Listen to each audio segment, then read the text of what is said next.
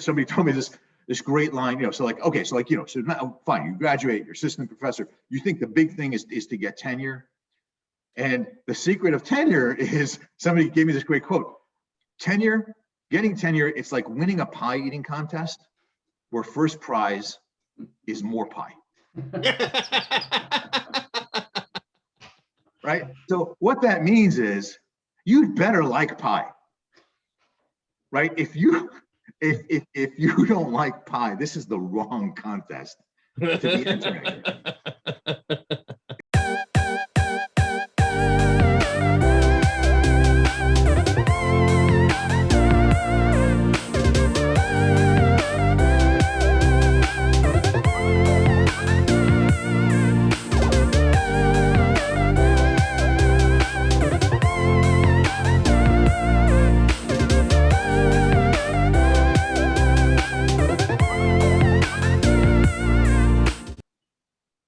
Great. Well, let me introduce Ron. Our special celebrity guest for the talk show today is Ron Adner. He is the Nathaniel and Martha Leverone Memorial Professor of Business Administration at Dartmouth College's Tuck School of Business. He previously served on the faculty at INSEAD. As I mentioned earlier, he and I overlapped in the PhD program at Wharton. He finished a few years after I did. And his research and teaching focuses on innovation, strategy, and entrepreneurship. He is an ecosystems guru. His work produces a new perspective on the relationship between firms, customers, and the broader innovation ecosystems in which they create value. He serves as a senior editor at Management Science and has in the past served as associate editor at Management Science. Senior editor at Strategy Science now, right? And former associate editor at Management Science. Did I get that right now? Now it's right. Good okay, sorry. For Strategy Science. Sorry, I misspoke. Winner of the Sumantra Ghoshal Award for Rigor and Relevance in the Study of Management, and a finalist for the George R. Terry Book Award for his very popular business press book, The Wide Lens. Excellent book. I recommend it highly. And perhaps the most important award of all that he's won is the 2004 ACAC Best Paper Award from the Atlanta Competitive Advantage Conference.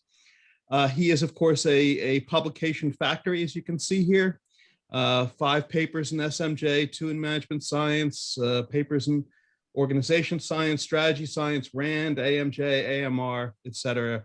And of course, also therefore a citation machine with over 14,000 Google Scholar citations, and also has published numerous articles for practitioners that have been published at Harvard Business Review, The Atlantic Magazine, Fast Company, Forbes, Wired, Financial Times, and the Wall Street Journal.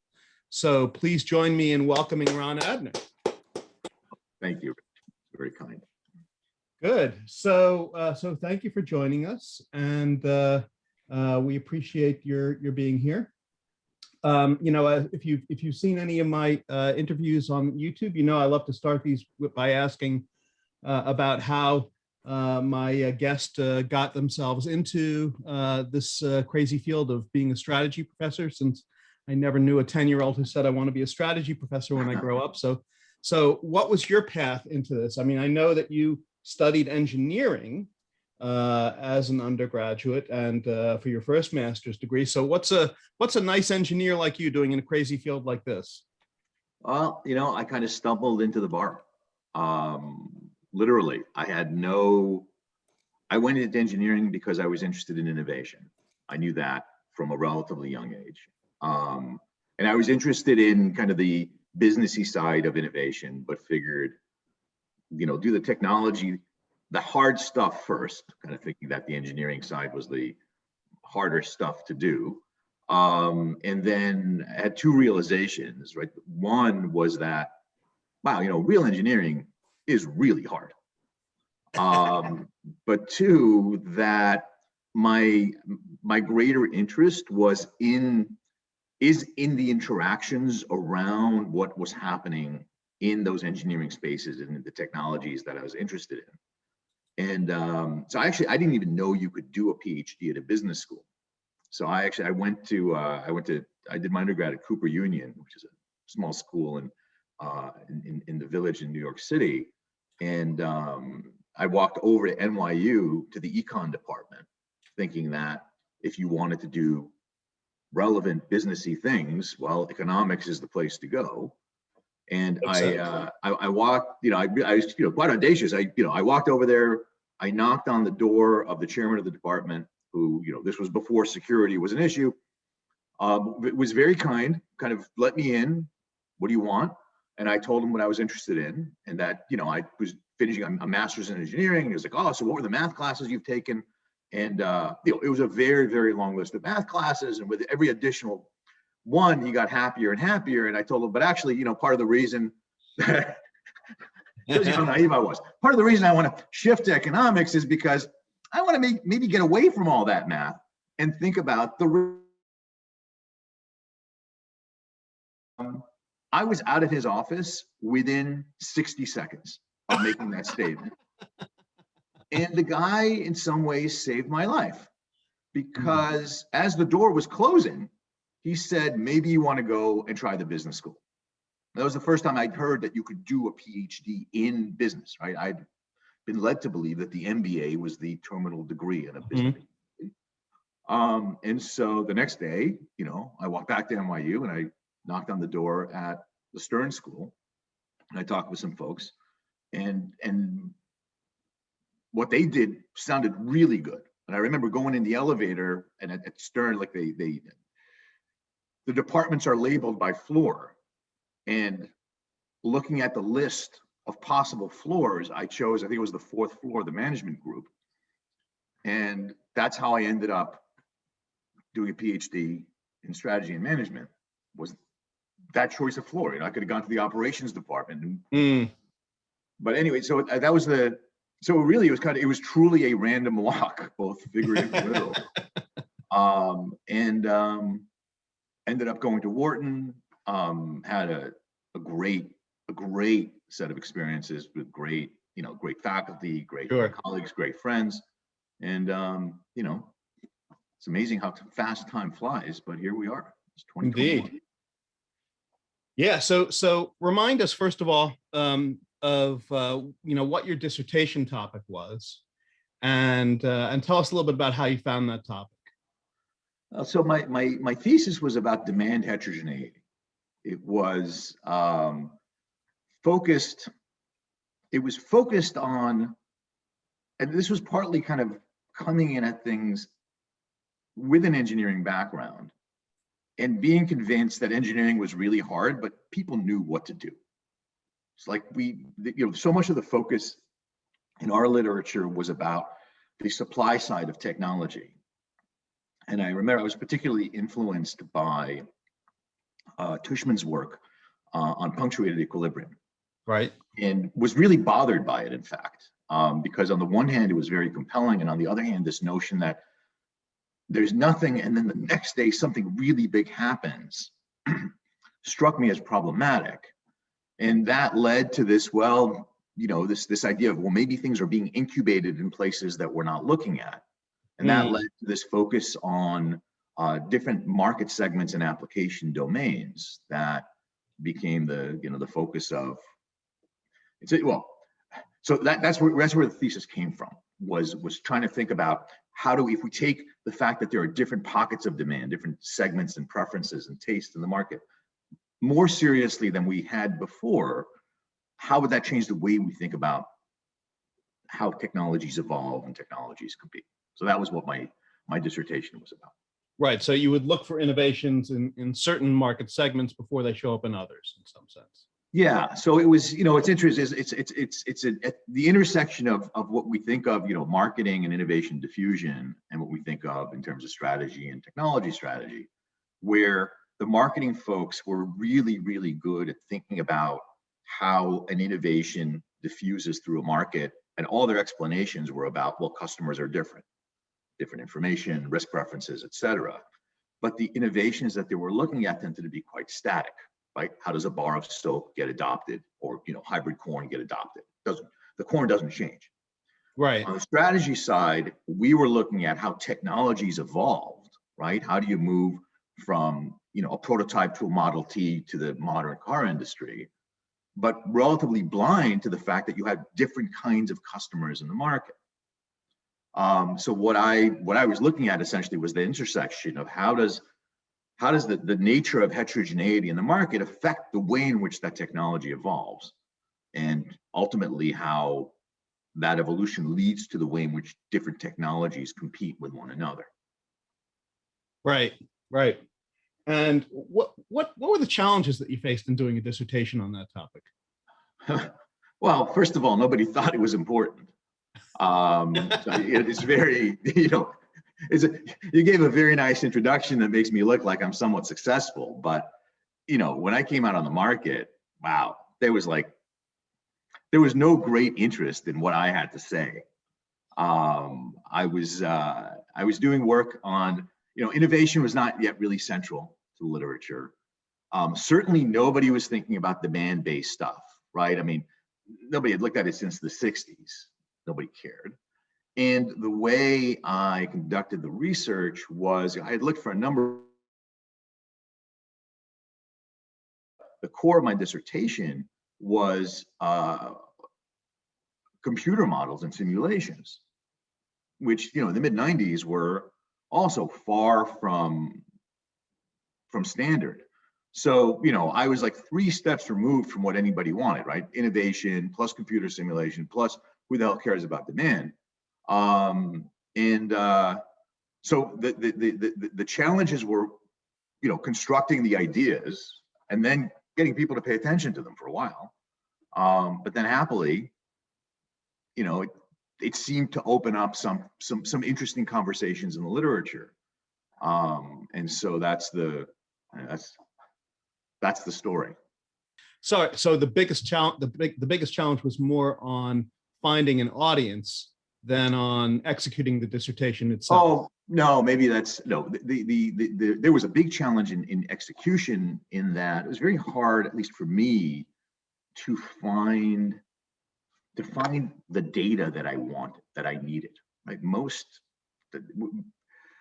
industry associations don't collect data on demand heterogeneity. At least that wasn't then. And then, there was obviously the wrestling with the concepts themselves, which is, so once you start saying customers matter, there was this question about, well, in what ways, right? And wrestling with this question of demand heterogeneity on the one hand, which I characterized in that early work according to, so, classic economics, we think about a demand curve. There's, a shift in willingness to pay that we usually attribute to, like the easiest way to think about it is different budget constraints or something like that. But in thinking about the impact of technologies improving, I came up with the idea that one of the things that drive heterogeneity in the market is the performance threshold that a technology needs to deliver in order to be relevant to a particular customer. That, you're a talented guy, so if I give you a computer, you can start programming really easily. Whereas, I need some graphic interface, so that the performance threshold of that technology will vary. And if we think about technologies getting better over time, then that would say you will enter the market before I do. So the first part was characterizing that heterogeneity, but then the interesting twist was, and this is the power that comes from the discipline of building a model, is you need to tell a complete story, which is, okay, so the technology gets better and new people come in. Is that true forever? Mm-hmm. Okay, as the technology gets better and better, so Rich was an early adopter and now it gets better, so now he'll pay more for it. And it gets better, he's going to pay more for it. If it gets infinitely better, will he pay infinitely more? Not really. No. And that was the aha that led to this idea of decreasing marginal utility. In economics, you think about decreasing marginal utility as a quantity-based measure, right? 15 apples, you don't pay as much for the marginal 16th apple. In my world, marginal utility became a factor in terms of thinking about performance improvements. And this idea that you got to be good enough to enter the market, but at some point, as you get better and better, you're subject to decreasing marginal utility from performance improvements. And what that leads to is essentially the masking of that initial heterogeneity as everyone in the market becomes oversatisfied, right? And that was the conceptual link that put my work so closely aligned with the notion of kind of Clay Christensen's notion of technology disruption, right? So that's Right. an underlying theory for his observations. And I'd say that was a very fortunate coincidence, right? So I didn't build my conceptual apparatus in thinking about disruption. Right. But when I first saw his work, it was as a working paper, it was really clear to me that this was the observations he made were incredibly powerful to me. Mm-hmm. I think especially appealing to me, my engineering sense. The rationale that he had presented early on, which was about resource dependence, didn't seem quite right. And here was this, I'm not going to say alternative, but an additional explanation for what became, right, as Clayton Christensen became Clay, right, and such a big guy in both the literature and the world. I think that was, having a model that explained it helped really drive a focus to this is why thinking about demand is relevant.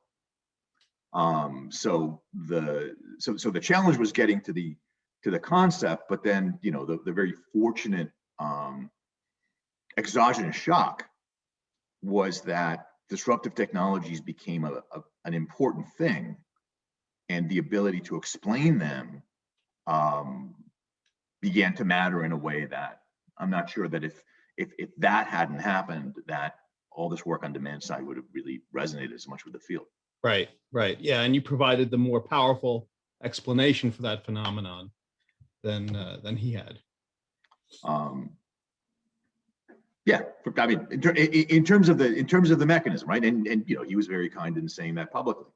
And it's interesting that it was actually the focus on heterogeneity is also what led to the work on ecosystems, which has been my more recent focus. That was going to be my next question. How did you get from demand heterogeneity to ecosystems?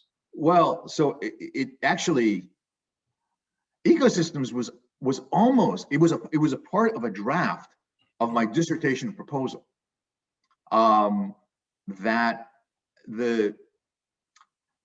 So one of the members of my dissertation committee was this great guy, George Day, who was a marketing professor.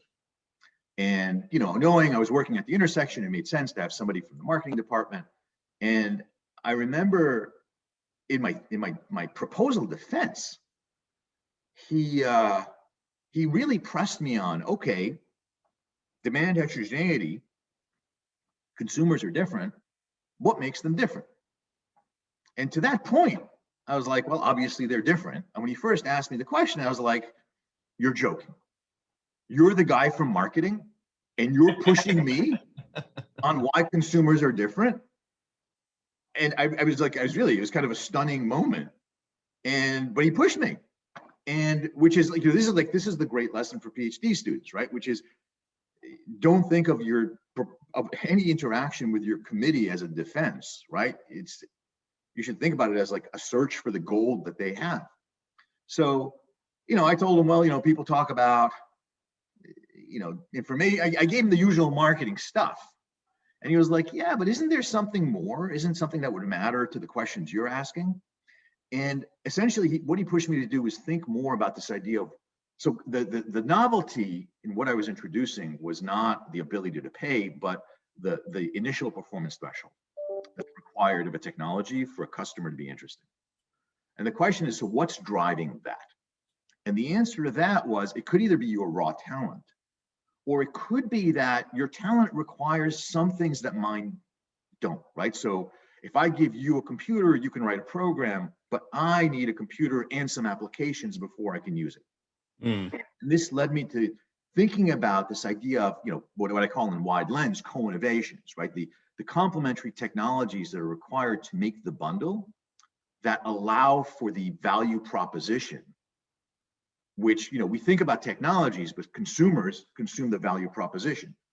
In Right. strategy, we tend to assume there's a one-to-one mapping, and the whole ecosystem thing is to say, sometimes there is, sometimes there isn't. And so it was the entry point into that whole world was trying to understand drivers of heterogeneity. And then I was so I was so excited about it. This is like, I don't know, like 1997 or something. I remember I went to Dan Leventhal's, we had like a weekly meeting, and I was like, listen, here's like this whole new thing that is going to be amazing. And I remember he was like, Ron, are you sure you want to include that in your proposal? The proposal is a contract.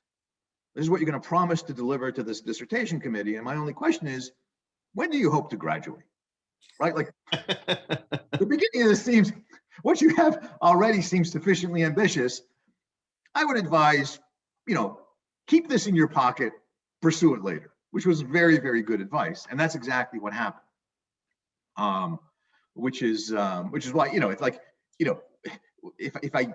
if I have advice for doctoral students, it's take the time that you have to work on your thesis, to explore as broadly as possible, because you're going to be gathering these nuggets that you're going to, once you become a faculty member, life becomes so much busier, right? And your ability to step back and do big think is really reduced for quite a while. So you want to make these kind of conceptual investments up front, and that's where ecosystems came from. Now, obviously, I didn't have my. That was where the gist for ecosystems came from, right? It was 10 years later, and then 10 years of work that made it what it is today. So it's not like I knew all this stuff then, but that was a starting point. Right. So the idea was that it was the demand heterogeneity that would drive the need for different complementary products, or something like that. Or the need for different complementary products, differences in the need for different complementary products is what was underlying a dimension of demand heterogeneity. Okay. And where actually, where that became very material very quickly, by the way, was not in my research, but in my teaching. So like that insight became foundational to my teachings. I started at INSEAD in 1998. By 1999, I was teaching versions of the framework that would become the core of Wide Lens, which was built on this idea of, all right, so how do you think about the complements that need to come together, and this distinction between the innovations that you need and the adopters that you need. So I guess that would be the other thing to tell folks is like, don't be afraid to apply your research to your teaching. Yeah, that's very powerful. Taking the scope of your research program as being, let's say, the application of demand heterogeneity to innovation, and also the domain of innovation ecosystems, right? So within those two topics, what do you think are the most important questions that are unanswered at this point? What are the most important unanswered questions in those topics that we really should have answers for at this point? So is a good question. I think that there is a lot that we don't know about, but that that it would matter if we knew about, and how companies approach characterizing heterogeneity, right? How do they, and this is in some ways, it's a marriage of both streams. How do they characterize the differences? How do they dimensionalize their markets? Maybe as a way of And given that, how do they then react? Right. So you can think about that as a two-part question, right? One is actually the question that Rahul Kapoor and I had first set out to explore in the context of semiconductor manufacturing was the original intent was actually not ecosystems. It was to look at how a market that was divided into three very clear segments where, you had kind of really high-end microprocessor folks, you had kind of mid-range folks in the fabs, and then you had like low-end microcontrollers, how the producers that served equipment manufacturers that served the firms that produce chips and these targeting these three different markets, how they varied their portfolio of activities and the way in which they would prioritize technology development. And that kind of structure of a question, I think is still, I think it's wide open. And I think what's interesting about it is that it's at the intersection of not just the academic fields of strategy and marketing and operations, but in practice, it's at the intersection of those fields as well. And in the same way that we're always saying, oh, there's lots of opportunity at these intersection points because we don't really know that much. The same is true in the world of practice. Right. Like, those guys don't know that much. I mean, they work through and everybody's, doing well, but I think there are real opportunities in that intersection. And I think the other thing that kind of has been coming up more and more in these conversations I've been having is the importance of understanding the finance role in making these kinds of decisions, particularly when it comes to not to investing in firms' R&D initiatives, which are easy, but in choosing how and how much to invest in scaling those initiatives. Right? I mean, we as a field, when we think about innovation, we tend to focus a lot on the invention and immediate post-invention side. Right. Whereas the real economic impact is 2 stages after that. But to get to that 2 stage after that, you need to get through the first stage, which is where the real economic commitment on the firm's part happens. And that's where there are these really interesting and convoluted interactions between the finance function and the business / strategy function, that I think that kind of takes us a little bit away from demand heterogeneity, except that it's the way you set market expectations and expectations for the segments you're going to serve that is such an important input into those discussions. So, I mean, for me, that seems like a really interesting and powerful area. Yeah, so there's two thoughts I had in what you're saying. The first related to your first answer about segmentation, right? I mean, market segmentation is a very old topic, in marketing, goes way back, right? But what about, I would think that with current technologies and big data, these companies, they can create market segments of one, they can really customize things down to a point where the segment is so fine-grained. What does a segment even mean anymore? Yeah, so it's a great point, because there's this great tension right now, right? Which is, on the one hand, yeah, we can narrow down to as close to the individual customer as we've ever been able to in human history, and at the same time, we have, because of these technologies, a different dynamic where we barely understand the market. Right. And so there is this kind of trap of false accuracy in some ways, right? Which is actually part of it's a kind of a tangential theme of what we'll talk about in the seminar. So GM can target you as a driver better than ever. And at the same time, they're questioning what the hell their business is about. Mm-hmm. Right? So you have those two forces happening at the same time.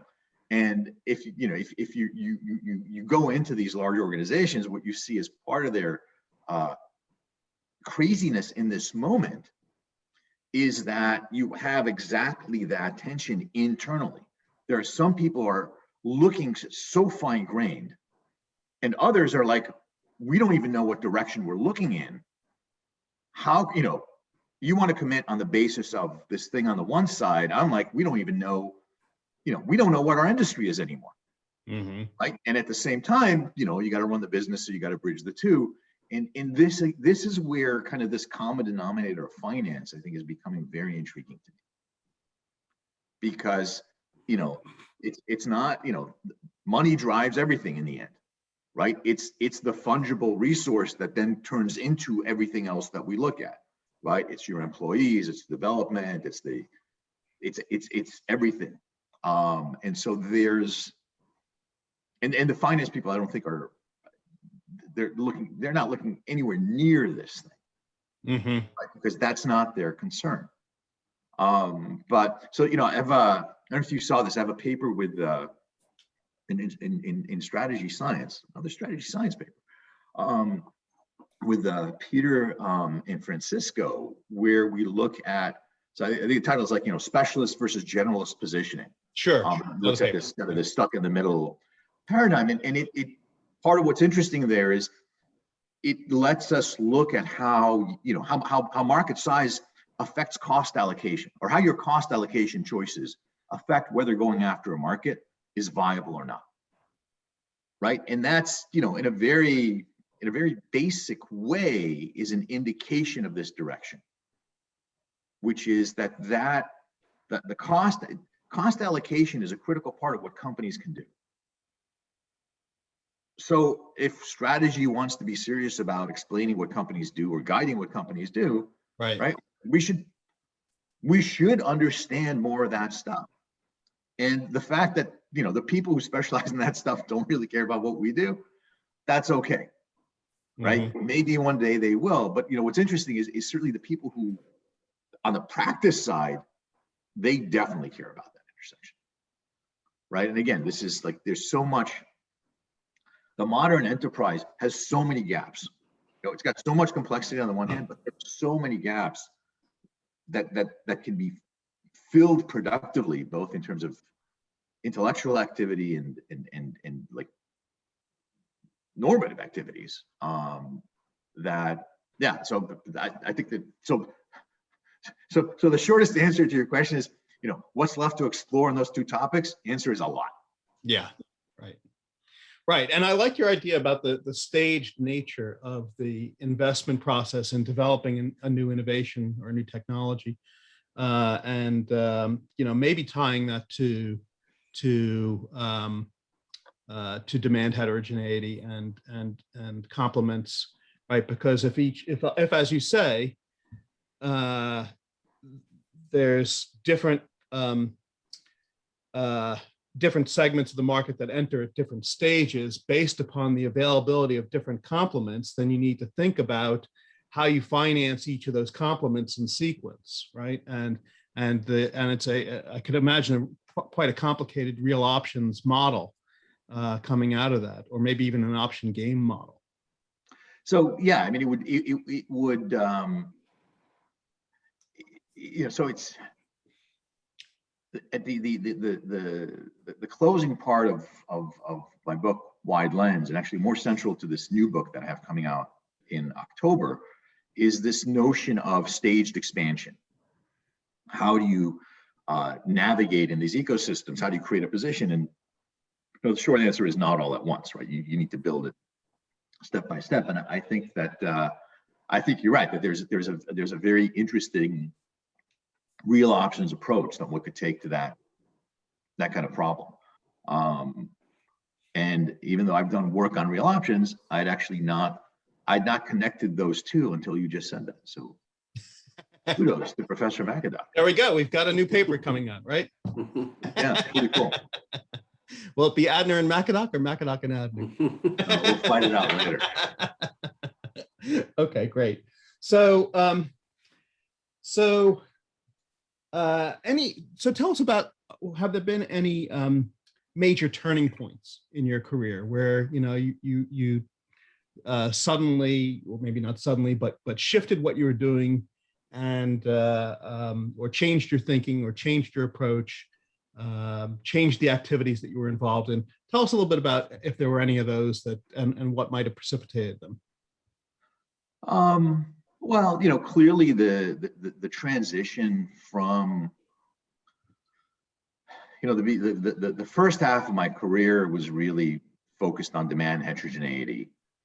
And the real options work actually also came out of that, right? This notion that if there's heterogeneous demand, an option can, you can never deny the possibility that there's potential value if you take the same thing and explore it somewhere else. But so that was very much kind of in that mindset. And then, as I said, I'd been teaching ecosystem stuff from the late 90s. And in 2006, I published an HBR article that basically was like a summary of my teaching framework that I developed. Yeah. Around the same time, I started working with Rahul Kapoor, who was then my doctoral student, now at Wharton, very successful.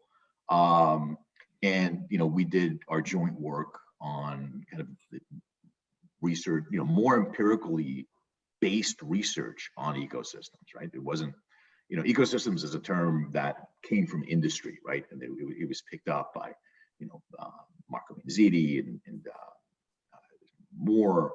So, we didn't invent it in academia. Right. But it was compelling. It starts as this biological metaphor that kind of they drew from, and my view was there's a more structured, proactive version of how you craft an ecosystem. So I did that work. That became very focal in my research. And then in 2012, I wrote this book, The Wide Lens, and that really, so that became, I think it most of our colleagues in academia have hopefully heard about it, and hopefully some have read it, because I think it's really worth the read. But it's had some really interesting impact in the world of practice. And that has actually been that's been a really interesting journey, both for the experience of getting to work directly with companies, but also because that work has then circled back to open up a whole new set of questions that has been more focal in my academic work. So actually, I have a book coming out in October that I'm going to give you, when we do the seminar, I'll take a piece of, that has really kind of was motivated by the questions that came up in the world of practice of, okay, Wide Lens was all about how does the way in which you create value, how do you approach that differently when you need to gather together these partners into an alignment structure that I call an ecosystem. The follow-on question then is, okay, if that's how people are creating their value, well, what does that mean for the way in which they compete? Mm-hmm. Right? And so, it's interesting. When Wide Lens came out, 2012, this was still not a big deal. But since then, these what we think of as big ecosystem players, Google, Apple, Amazon, they become so focal. And there is a need to understand, one, so how do those guys compete? What does it look like from an attack perspective? But two, if they're competing with you, how do you defend, right? Do you have to immediately die? And so actually this new book, which, so the title is Winning the Right Game. Right? Okay. Like that? Nice. I don't know, I'm trying. The idea being that winning the wrong game is supposed to evoke in your mind the notion that you could be winning the wrong game. Right. Right? That these guys coming in are competing on a different way, and the way you want to compete with them is probably different than within the traditional industry boundaries. So this was, this was something kind of interesting back in my mind, but became really focal in talking with folks who are confronting this. And so it turns out, that there's a whole body of concepts that help us think through these new rules of competition. That, which. Uh-oh, did we lose him? Beyond the notion of an industry in a meaningful way, as opposed to just saying industry, we need something beyond industries. And so kind of this new exploration is about how do you characterize the way in which firms are creating their value. From there, think about the way in which they're constructing the ecosystem to deliver that value. And then you can get back to the sort of stuff that we usually think about in terms of activities and technologies, et cetera. Okay, that makes sense. Yeah. And so that's been, so that was like a real, so for me, that was a transformational intellectual journey that has really, really changed the way I think about, almost everything in the field, right? So it's not that the old stuff doesn't work. It's just like, it's clear where, the traditional narrow lens, just think about the customer, think about your rival, think about your competitive advantage and your resources. That's enough to give you good guidance. And where that is not enough to give you good guidance, where if you're not adding these other perspectives, you're really,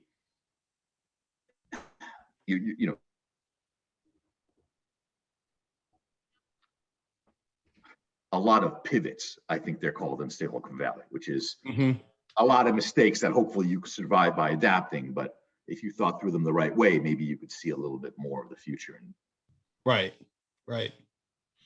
So you brought up the two books, and I did want to ask you one question about the books, because you and I had a conversation, I think it was 4 years ago, at the Harvard party at the Academy of Management in Atlanta. And at the time you had said, gee, you really wish you had a list of the people who bought your book. Because you would, right? You said you might want to contact them. And I suggested, oh, that's easy. You withhold one of the chapters and you say, to get the extra chapter, here, you register here on my website and we'll email you a PDF of the extra chapter, right? So, and you said, oh, that was a great idea. I should use that on my next book. Are you going to use that on your next book?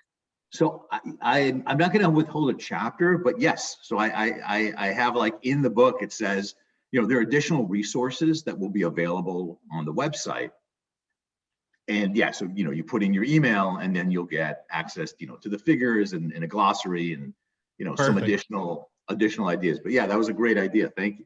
And that way you have the list of people and their email addresses and all that, and you can turn them into a community and market to them, et cetera. And it occurred to me this morning, you could still get a list of the people, or at least a partial list of the people who bought the old book, by offering them a discount on the new book in exchange for, giving them your email address, giving you their email address by asking them, to confirm that they had the old book, they have to type in the first word on page 37 or something like that. Turn to page 37 of the old book, type in the first word on that here, and then you'll get a discount on the new book or something like that. Well, that seems more interventionist. I think it's funny. It's like, I have gone through this transformation of, like, I used to feel, it's like, why aren't more people aware of this? These ideas that I really, I don't know how to say this without coming across the wrong way, but, I think Wide Lens is a really useful set of ideas. I mean, it's like 10 years of work to distill what I think is still pretty differentiated, insight and frameworks. So I used to feel bad about, the book did very well, but, could have done better. And now I'm like, I don't feel bad for me. I feel bad for everybody else. It's kind of more their problem. But hopefully with this new book, we'll have. I think the big difference is when Wide Lens came out, it was solving a problem that people didn't really understand they had, right? it was basically saying, you think your innovation problem has to do with creativity and execution, but really the reason you're failing is because you're messing up the ecosystem. So I needed to explain to people that they're focused on the wrong thing. This new book, they know they have a crisis. They know that they don't understand the competition that they're facing. So I think that will, and by the way, we know as a field, God, if you're teaching core strategy today, you know that on a daily basis, right? That the way we're talking about competition is great, but insufficient to the challenges that MBA students really want to hear about. Right. And so I think so I think this new book addresses a need that is probably even bigger, but definitely more clearly recognized as a need. Mm-hmm. And that's the hope. October 5th, get your copy today. Do we get a discount? Yes. Oh my God. Amazon has it. It's so, you know, the author, it turns out, has no impact on any of this stuff, right? And so it's Amazon that sets the prices. It's like $20 on Amazon. It's a $30 book, $20 on Amazon. It's 10 years of my life. Yes. And I'm like, wow, $2 a year. How much more of a discount do you want? It's great. Okay, well, one last question for you. So I know that you know, Dartmouth does not have a PhD program in strategy, so you've not had that much opportunity to work with doctoral students as an advisor. But the two that you have worked with have been spectacularly successful. Rahul Kapoor and Olivier Chatin. Olivier was a recent guest of ours on this series. So, you know, what advice did you give to those students that made them so successful? You know, first of all, you know, Olivier, I was more an advisor. You know, I was an advisor to, but you know, he worked more closely with Peter Zemsky. Rahul and I worked very, very closely together. I think, you know, the advice to both, you know, was don't be afraid to dig and just figure out what you find interesting, right? I think there's a lot of pressure on doctoral students. That was true when you and I were in the program, but I think it's 10 times more true today. There's a lot of pressure to show up with publications. Right. And what that pressure manifests as is a need to either join projects or find gaps in the literature that you're trying to fill. But in some ways, if you can fill a gap with 6 months of work, it's probably not a chasm. Yeah. Right. And so I think the advice that I would give is, again, it's recognize that this is I mean, I wish I could tell the market, which is where a lot of this pressure is coming from. Right. Is like this idea that somebody needs to come up with multiple publications it's really undermining the future of the field. Right. But as a doctoral student, you can't, you know, that's exogenous to you, right? In the same way it's exogenous to any individual faculty member. So, but as a doctoral student, what I will say is this is a long-term game. So the PhD program seems so long already, right, as a big investment, but all it is a platform to make further investment, right? So I think kind of, if I look at both Rahul and Olivier, part of the reason that they're successful is because they've pursued deep programs. Mm-hmm. And the seeds of those programs were planted deep in the ground during the PhD program, right? Which is the kind of the same story I told you about me, right? I mean, you were amazing because you like had in your career, a whole second round of investment. Mm-hmm. Right? I mean, is you know, when Right. you really started to embrace formal work, which like I'm always in awe of, it was like, wow, how did you find the the energy and the time, right? As you know, because again, when you're a PhD student, you think life is hard, but it's like once you're on the faculty, third year faculty member, you look back on someone post coursework trying to figure out their proposal, and you're like, oh my God, this person's on a perpetual vacation. I wish I had that little friend. Right? So like knowing that, you should in that, third and fourth year, and I think today, 5 years is normal and 6 years is not crazy. I mean, you should really explore and deep. And the critical thing is don't try to fit the literature. Mm-hmm. Try to figure out what you find interesting first, and then fit the literature, right? I mean, you got to get to the literature at some point, but I think you have to, because otherwise, I don't know how you survive the slog. Right. Right. Like, how do you motivate yourself to keep? You get a PhD student. Oh my God, it's like, I don't want to demoralize people, but when you're doing your PhD, you think the big deal is to do your dissertation. Okay. You're going to get your dissertation. You're going to find out everyone's got a dissertation, right? That's table stakes. The first thing they're going to tell you is, oh, you got to turn it into articles. So then you start obsessing over articles and you realize, wow, these anonymous reviewers, they're not my committee. They don't like me. They don't get me. This editor is not really helping me, not giving me guidance. This process is so long. And, all your school is going to be saying, what did you do this year? Because there's tenure time taking. Yep. So you're starting to feel stressed. You finally get those publications, and what you find out, publications, who the hell cares about publications? It's all about what's the impact. Yes. Right? So the impact is someone's got to read your paper, right? They got to then think it's interesting. They got to do something that they think your paper is relevant. I can love your paper, but if I'm doing something, 5 steps away, I'm never going to cite it, right? I'll say, oh, that was a great paper, right? Impact means like you got to get it in front of these people. You got to influence their thinking. They themselves need to be productive. They themselves need to go through this crazy publication process.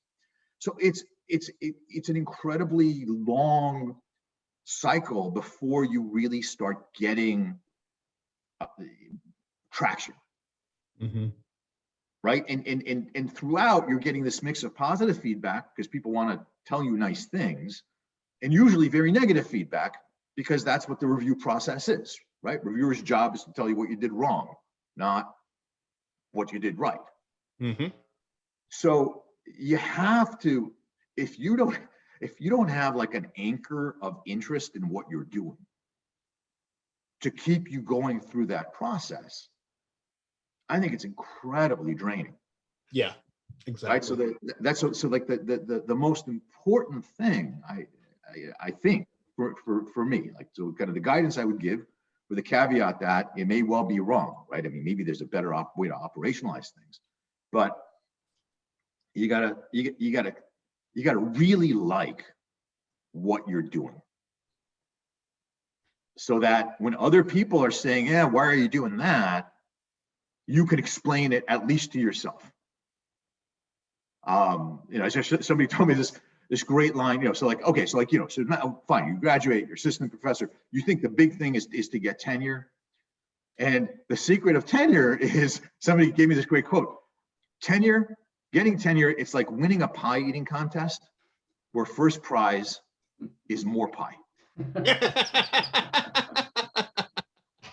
Right? So what that means is you'd better like pie, right? If you don't like pie, this is the wrong contest to be entering. And so, it's like, it's the nuances. Oh, how do you bake the pie? How do you do this? How do you do that?